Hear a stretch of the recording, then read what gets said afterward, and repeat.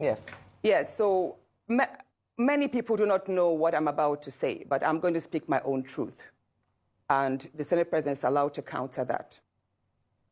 It all started on the 8th of December, 2023, which was a day before his birthday and my birthday. We are birthday mates. We were all in Akwa Ibom because he had a big fanfare in the stadium. Myself, my husband, and a few of his close friends, we went to Akwa Ibom. And at first, we were at Ikot Ekpene. We were in his house in Ikot Ekpene. Then we all moved to his house in Uyo, which was about 8 p.m. And he held my hand and said he wanted to show me around his house. My husband was walking behind us. Just three of us were walking around from room to room. He showed me the beautiful interior. This was done by this, by that, this designer here, he bought this from us. Like, oh, it's beautiful. And then I noticed that he hastened his pace while still holding my hand. And my husband was behind, still on his phone, but he was catching up whenever he could. And then he got to this particular sitting room, and he said, "Do you like my house?" I said, "Of course, sir. Every room, beautiful, nice interior, quality taste." He said, "Now that you're a senator, I'm going to create a time for us to come spend quality moments here. You will enjoy it." At that point, I just pulled away, and I was like, I don't really understand what exactly that meant. But then my husband now, when I turned around, I saw my husband was already near me, and the way my husband looked at me and looked at him, I was beginning to wonder, did he hear part of that inciting statements or not? And then the Senate President, too, I saw that he also had that thought, like, did my husband hear the invitation to treat or not? So then the Senate President now said, "Oh, by the way, let me show you my chapel." He has a chapel in his house as well. So while we were going to the chapel, you know, we walked in silence and all. So that evening, before we left the Senate President's house at about 11 midnight to the 4 points in Ikot Ekpene. And my husband asked me, "Natasha, what did the Senate President whisper to you? What's he telling you?" I thought, should I tell him that he was speaking about bringing me in here at a special time for us to have a good time? Or should I just kill it there, wrap it as if there was nothing? Because tomorrow was a big day. I know how much my husband adores the Senate President. He loves him as a brother. My husband would do anything to support him. So I told my husband, nothing. I can't remember what I created, but I just gave him some words to manage, to mask what was said. After, when we laid in bed, I lay to my right, and my husband wrapped his arms around me, and he said, "My love, you know you can't tell me anything. What did the Senate President tell you?" Again, I was like, "Don't you believe me?" I said, "Nothing.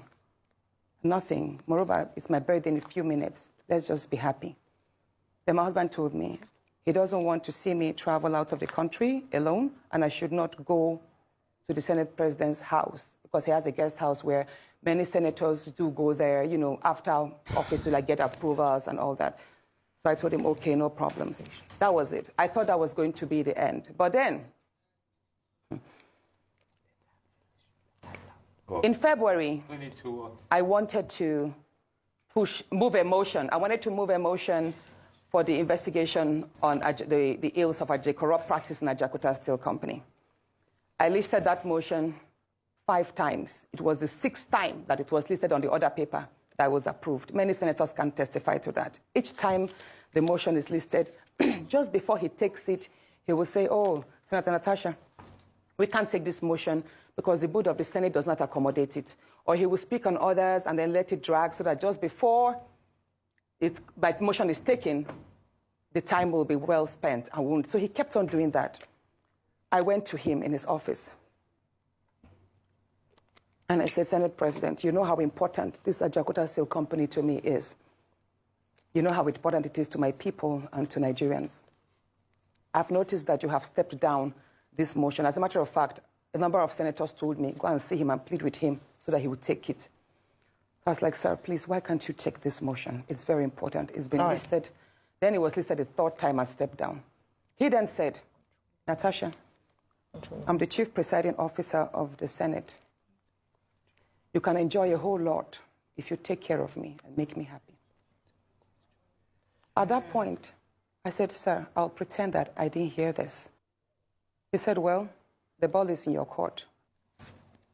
I left his office, and when I got home, I told my husband, I didn't tell my husband what happened. I just told my husband, please, can you speak to the Senate President to allow my motion scale through? I think I also spoke to the DSP, to the leader, Senator Pemi. I spoke to a number of senators that they should please intervene and allow him to allow. I never told them what happened. My husband had to take a trip to London. Then the Senate President traveled to London. My husband met with the Senate President in London and pleaded with him. Let my wife take this motion on Ajakuta. That is very important to her. Okay. All right, Senator NATASHA. Said, okay, that he did not take it because he was protecting me. Hold on, please. He didn't take it because he was protecting me. Protecting me from what? Anyway, at the time my demotion was taken, it was the Deputy Senate President, His Excellency Barrow, that actually sat. The Senate President stood up and walked out. So it was Senator Barrow that actually took it. All right, Senator NATASHA. And from there, many other incidents happened. Yes, Senator let's NATASHA. Talk about the nightclub. Yes. Hold on, let's talk about the nightclub incident. Professor Kila is going to ask you a question. I'm so sorry to have to interject here. But I just want to mention that, and I'm glad you gave the caveat at the beginning of your statement, that this is your side of the story, and the Senate President has the right to defend himself or to counter what happened between you privately. So what I assume, or from what you're saying, is that what happened last week Thursday began from a private conversation, and then you have felt like you've been maligned as a result of you not agreeing to certain propositions, right? Yes. Okay, so what has happened? You know the story of when a student keeps being failed. Yes. Please, let me say this, Ayo. You know the situation we see in universities whereby a student is continuously being failed just because she has not slept with the lecturer. That's what I've been facing, in simple terms. Thank you. Professor Kila. That is what I have been going through. Thank you very much, and Professor Kila. Now, moving to, should I speak about the nightclub incident? No, that's okay. Professor Kila will come in now. Thank you. Don't do that. It's quite time to come in because you've just indicted the lecturer indirectly. And I'm coming to ask you a question. Senator, it is, from your side of the story, it is clear there's a lot of undercurrent and personal issues that had led to the, should we call it the outburst on the allocation of chair thing.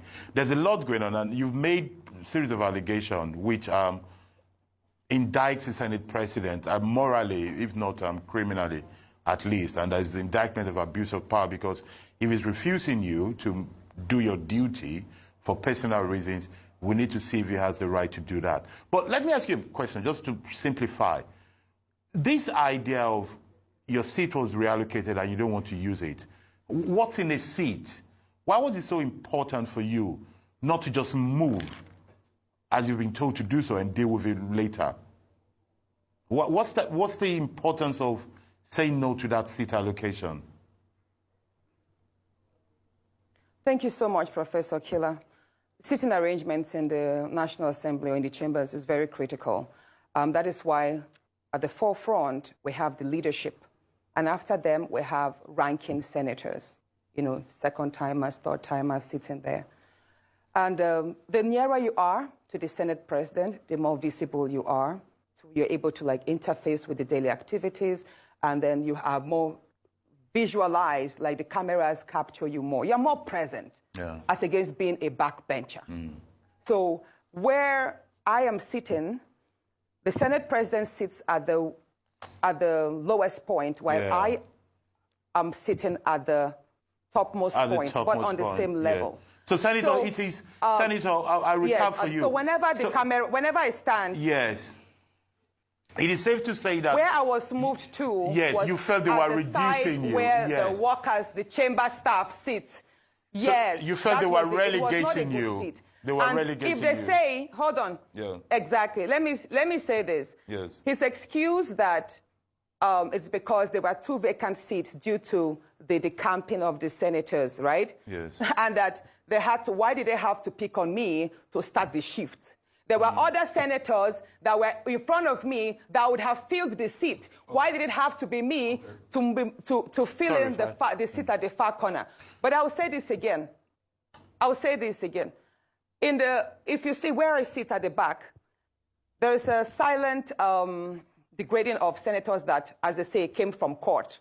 We are made to feel as if we are lower than our other colleagues that resumed office and were sworn in earlier than us, even though we're all first-timers.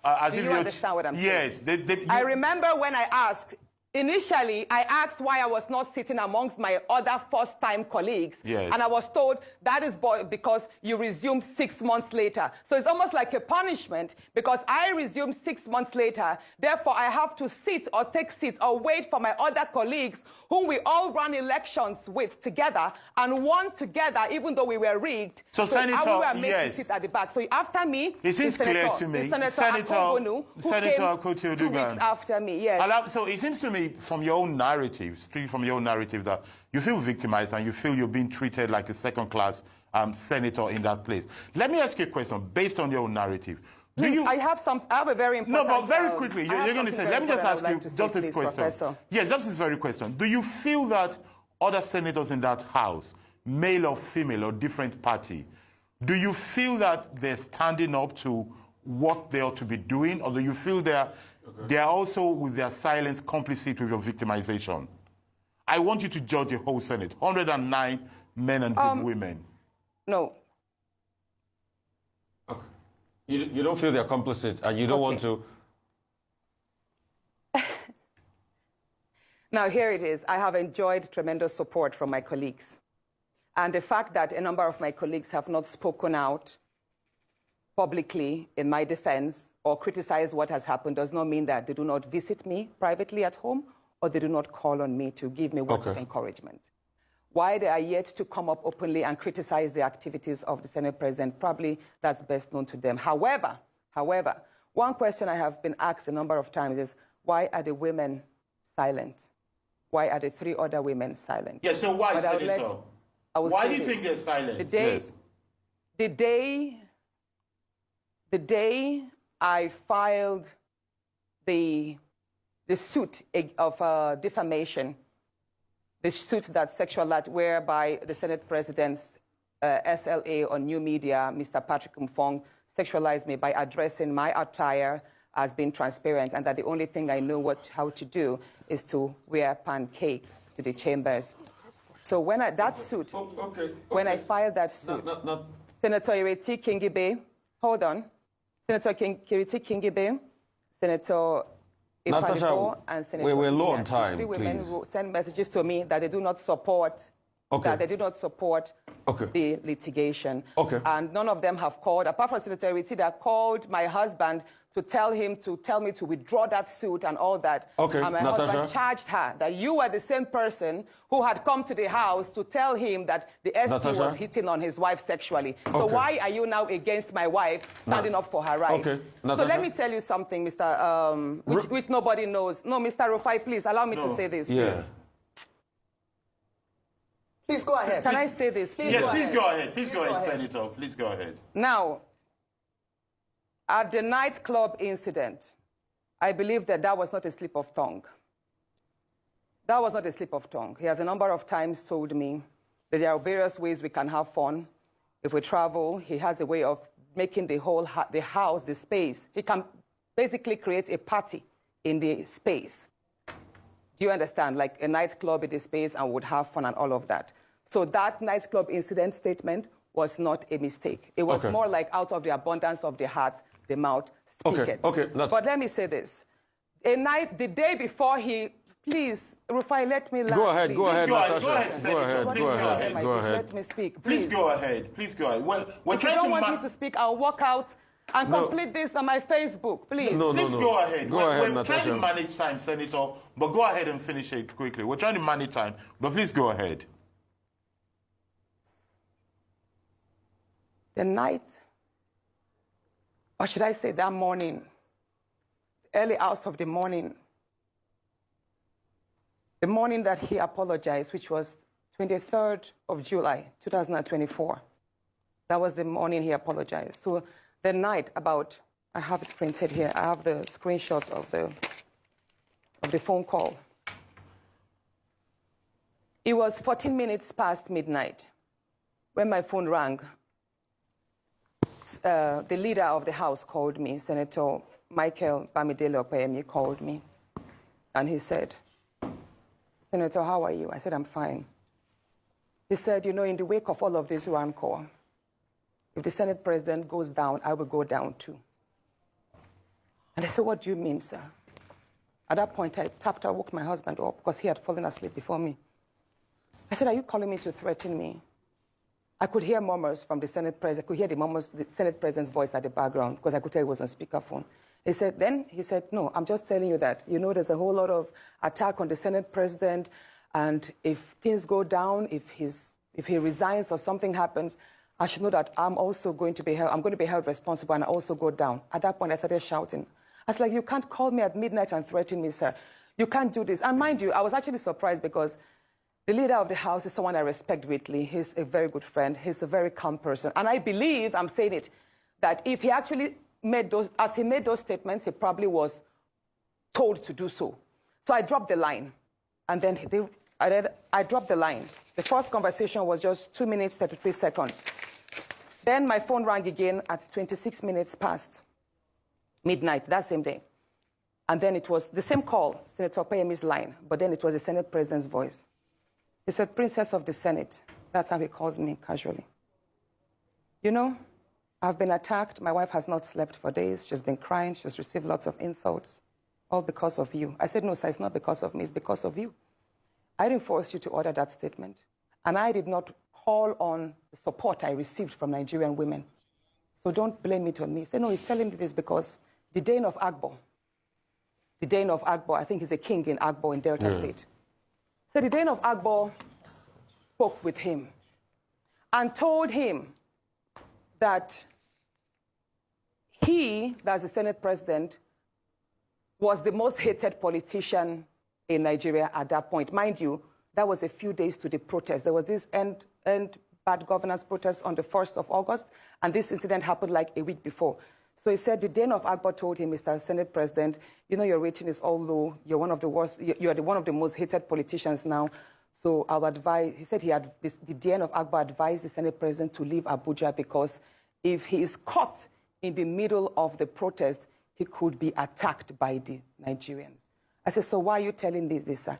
He said he's telling me because he found it insulting that the Dane of Agbo would tell him to leave, to run away, to leave Abuja. And that he's telling me, so Natasha, I'm telling you, go and tell them that if anybody over the age of 20 approaches me during the protest, I will what was the word? Hold on. I will take that person down. The Senate President told me over the phone that based on the advice that the Dane of Agbo gave him, that he should leave Abuja in the wake of the protest so that he will not be caught and probably will not be approached or attacked by the youth. He said, Natasha, I have the capacity, I'm number 3 citizen. If anybody over the age of 20 dares to confront me, I will take that person down. That person should dare me with his life. I said, at that point, I started shouting. I now told my husband, he didn't know the phone was on speakerphone all the while because I'd woken my husband up from the first speaker. I was like, my love, can you hear what he's telling me? This is exactly what he does. At that point, when he knew, he was like, is your husband there? Oh, yeah. I said, yes, sir, my husband is here. And he heard everything. He then told me to pass the phone to my husband. And you know what he said? Immediately, he changed his tone. He was like, oh, Alema, I have a slot for you. For an appointment from Delta State. Why don't you bring a nominee? And I took the phone back. I shouted at the Senate President. I said, you can't pacify us. You can't threaten me on one side and then pacify me. Sir, I'm aware, even though the conversations took place by WhatsApp, I know that the DSS and the NSA's office, they have the tools to extract these phone calls. And I'm going to publish if, yes, sir. Okay, Senator Natasha, thank you. So and he told me that, well, all you want, hold on, please. He then told me that, Oshay, all I want is an apology. He would apologize on the floor that morning and that he expects me to accept it. So all that morning, when I walked in, I was already threatened. I was already petrified. This is a man who had already called me at midnight, so I didn't sleep all night. I just had to say to his seamless apology. Senator Natasha Akpoti, thank you so much for being here. He who alleges must prove. I'm sure you have all your proof because they are on the other side are also going to demand all of it, and you have to put it out there. So thank you so much for your time. Thank you so much for honoring us today with your presence.